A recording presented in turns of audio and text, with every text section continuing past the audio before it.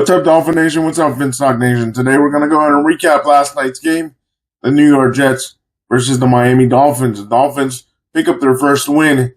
They win last night's game 27-21. Pretty much they were in control the whole night, but there is some bad news. It seems like Tyreek Hill is done for the season and his career may be in danger. Let's get into some stats. Then we'll get into the Mike McDaniel post-game press conference, and then I'll read to you some information from a medical doctor stating some information in regards to Tyreek Hill's sustained injury last night. Key stats from last night: Tua Tagovailoa threw two touchdown passes, both to Darren Waller. Darren Waller caught both touchdown passes. Devon Achane ran for 99 yards plus one touchdown. Jordan Brooks led the defense with 18 tackles. Tyreek Hill, before the injury, 6 catches for 67 yards. Jets key stats and performers: Justin Fields, 20 of 27, passing for 226 yards, one passing touchdown. Also rushed for 81 yards plus one rushing touchdown. Garrett Wilson, 6 receptions, 82 yards, one touchdown. Bryce Hall, 111 total yards, 81 rushing and 30 receiving. Fields scored on a 43-yard rushing touchdown on a broken play late in the game. Additional highlights: the Jets committed 3 turnovers in the game, 2 fumbles by Justin Fields. Miami forced these turnovers and capitalized, helping them hold on for the win. On offense, the Dolphins had a fairly balanced attack. One report says they ran 123 yards on 31 carries. The quarterback's efficiency threw 2 touchdowns, no interceptions. On defense, Jordan Brooks led Miami with 18 tackles. Jets had 13 penalties in the game. Miami ran for 123 yards on 31 carries. And that's, we're going to go ahead and now listen to the Mike McDaniel presser, and then I'll read to you what a doctor officially said about Tyreek Hill's injury and what he suspects. And then once we get more update on the Tyreek Hill situation, I will go ahead and update you guys. I know it was a dislocation. He was probably in the best spirits of any player that I've ever, it's such a terrible experience when you go out and see guys when they have issues like that. But he immediately had wide eyes and was talking, I'm good, just make sure the guys get this win.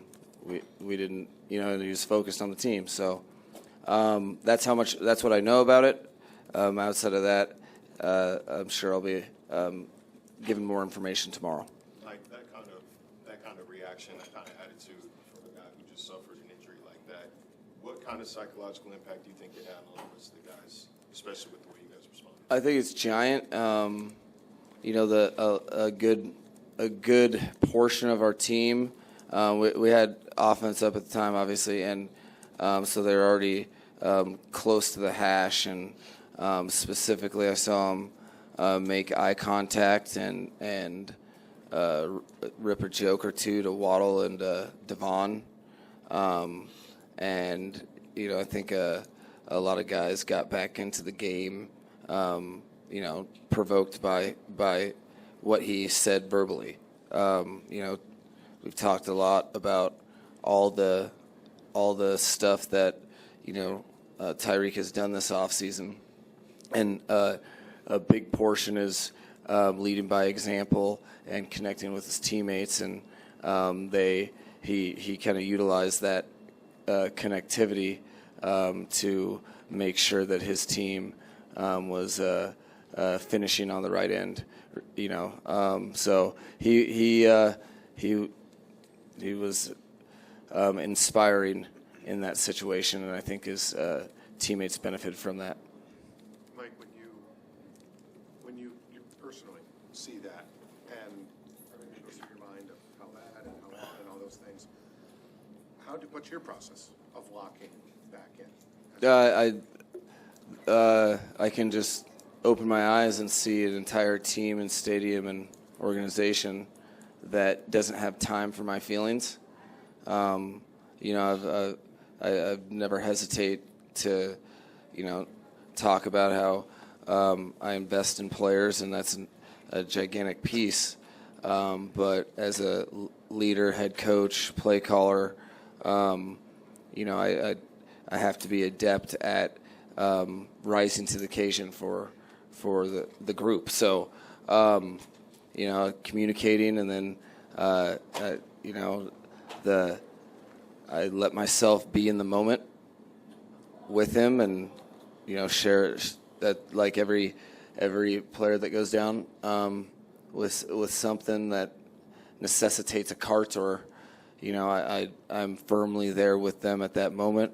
But then when I walk out of there, I have to, there's a lot of people depending on me, and what choice do you have when the injured player tells you to move on and win this game?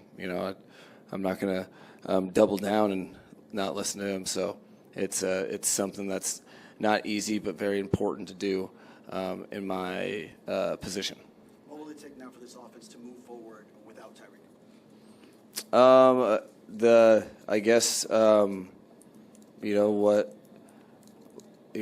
It'll take what the players were doing after he left.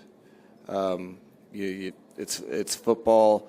It's 100% injury rate. He's great, valuable, very important player to us. But every team has the same situation going on, different cadence. Everybody has injuries. No one cares about who you don't have, and so it's the team playing football together. And I think it would be important it'd be important for us to continue to be +3 like we were in this game against the New York Jets, litany of things, but we just have to keep getting better. That's the exact thing that every team has to do, regardless of what anyone says. In September, moving into October, you need to firmly develop your football, continue to get better regardless of result, and see where you lie in the later months. I know that you guys were waiting until Waller was totally ready to go. Could you imagine that he would have a debut quite like this, 2 touchdowns? Yeah. You don't put in plays or have players play, with the expectation of, anything but their best. I knew he was fully capable. I just didn't want to, overcook it. He's, it inspires me, and I think it inspires his teammates. A guy that, has a love for the game of football and does the journey to get back, and no one, everybody kind of, I think, empathized, but at the same time, it's tough when you get to a new team and then you're a partial participator, and it takes a while, and all he's done is everything that he possibly can do and put his best foot forward, and has been a phenomenal contributor to our team. But he's I think the guys have felt that he's been doing everything he can to participate, and they're very confident when he was ready to go that he would be what we know him to be. So I think he's a nice complement to our what we previously thought were height restrictions for our eligibles. He's much taller than all the guys my size, and I think, but he'll continue to build, and I think he's excited just to play football and be involved and and he did a great job. He took a nice warm up to get his first catch. It was nice. It was it was a little more acrobatic than I had hoped his first catch would be, but he did a good job, and the line blocked phenomenally. Coach Embry and Frank Smith to make sure that his first taste of football. I don't think he had one MA. He's been on it, so happy and proud for him. What did it mean for you to see the 3 forced turnovers, especially in light of when Anthony Weaver kind of a call to action for more violence from your defense? Yeah, I'm gonna call to Anthony Weaver to call for more violence more often. It was awesome. I think that particularly, I would say that the first takeaway epitomizes what I see our team to be, which I think it was an 80-yard drive that but Jack Jones, no one quit. There was a lot of plays that guys weren't fired up about on that drive. But we kept playing, we kept fighting, made them earn each yard down to the red zone. You get the takeaway, and then I think there was a 96-yard drive, 15 play, and that complimentary football was I think that was the biggest turning point in the game. That and so that resolve and just staying together. We've had it was a rough start to the season, but having a younger team or young players at a lot of positions and watching them understand their failures and not blink when a lot of people are telling them to blink. I'm very proud of that, and the takeaways.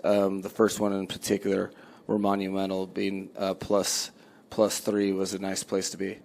Mike, when you're just kind of going off that, when you're struggling to do something, whether it's like you haven't gotten a win in a while, haven't gotten a takeaway in a while, what is that value, that inherent value of simply doing it once? Man, it's gigantic. It's not like those critical variables in football. Generally they're underemphasized, but you want to make sure that people just don't hear it with a numb ear to like, oh yeah, takeaways or whatever.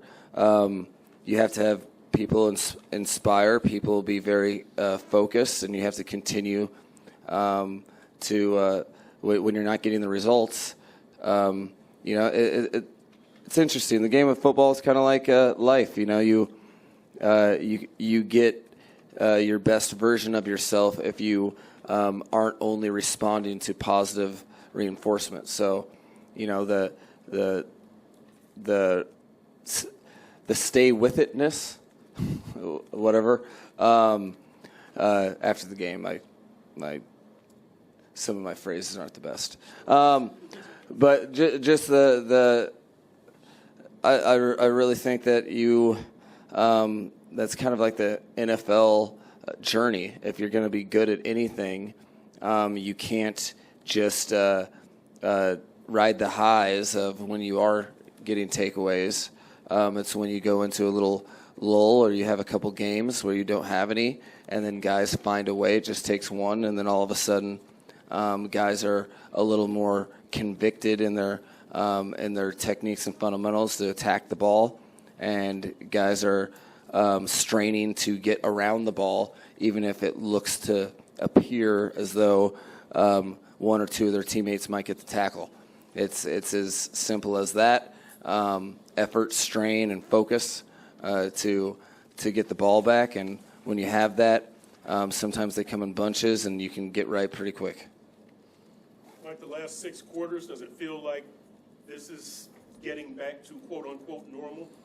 Yeah, I mean, no, I think we've gotten better, and we had to. You always have to, but it definitely has felt.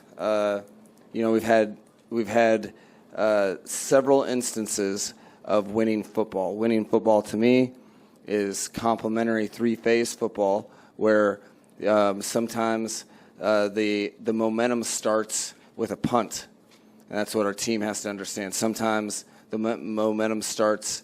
You have several explosives given up on the ground, but you stay with it, make them earn every yard, and then you get a takeaway. I think we've had 6 quarters of complementary football has existed, and as a result, it's been a much tighter game against our opponents. And we're finding ways to clean up our game while continuing to improve, and that's just paramount. It's paramount in this league.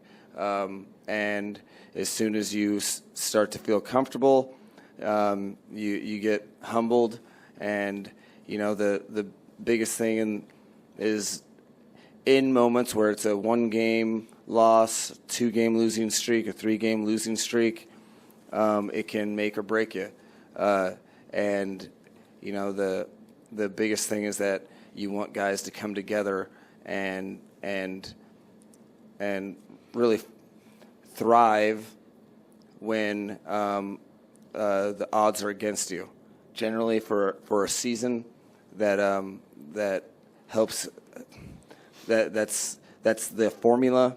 But the biggest thing for us is to file that away. They'll get tonight to appreciate the win. Then we'll have one day off tomorrow for the guys, and then we'll be back at it Wednesday.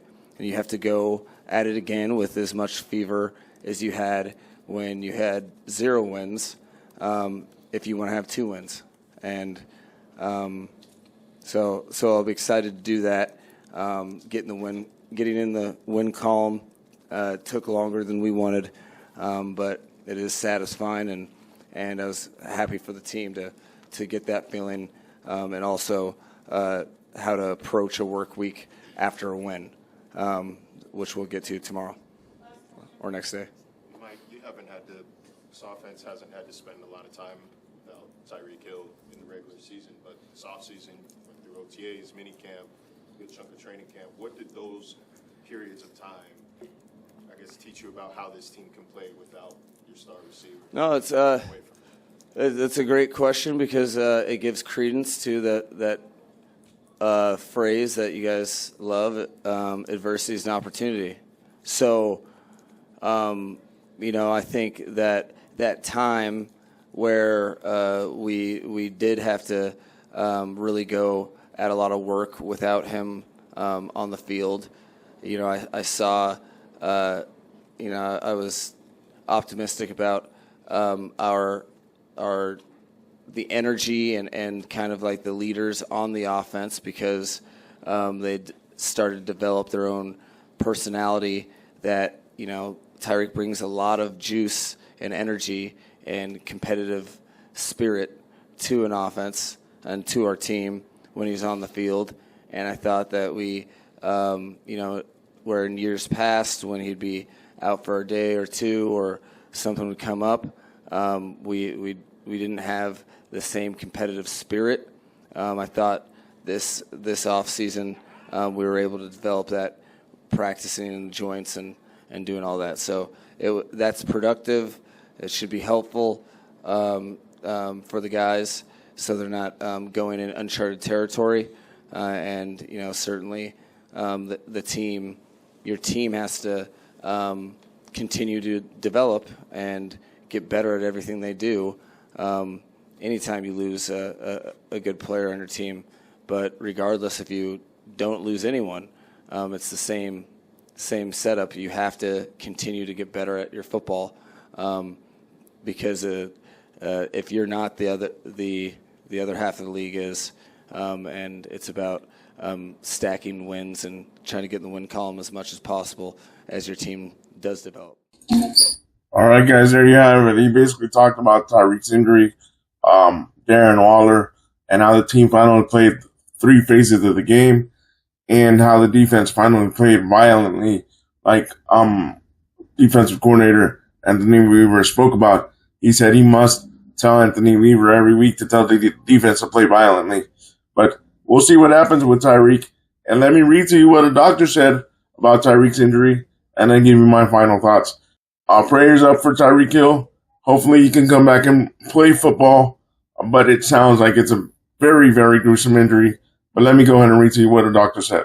Medical emergency. Dr. David Chow, a former NFL team doctor now with Outkick and Sirius XM, described the knee dislocation as a medical emergency, noting that such an injury can damage the artery and stretch the nerve. Hill was immediately taken to the hospital for evaluation. Career-threatening prognosis. Dr. Chow stated that the injury is career-threatening. Hill, who will be turning 32 in March 2026, relies heavily on speed, which may be diminished even if he successfully returns from his injury. So Dr. Chow, former NFL team doctor, says that this could be career-threatening injury. So we'll see if Tyreek comes back, and if he comes back, if he does come back, and how much of does he come back? And will he have speed, or will he turn into a position receiver? Recovery timeline. Hill will undergo surgery to repair the damage. The typical recovery from a multiple ligament knee injury can take up to a year or longer, and there is no guarantee he will be ready for the 2026 season. Contractual obligations. Given the severity of the injury, his age, and high salary cap number for 2026, the Dolphins may choose to release him. The team can save more than $36 million by releasing him before June 1st, 2026. While some injuries of this nature allow for a return to the field, Hill's future remains uncertain. A full recovery, especially one that allows him to regain his elite level of performance, is not guaranteed. There you guys have it. Like I said, I hope he comes back on the field, and I hope he regains most of his speed, if not all of it, but it's not fully guaranteed. It could be the end of his career. We won't know until he recovers from the dislocated knee. And I'll keep you posted on any updates on the future of the superstar, Tyreek Hill. But the Dolphins are now 1-3, and Mike McDaniel was in his bag last night. Leave me your thoughts down below. And like always, stay positive, stay on your grind, and go Dolphins.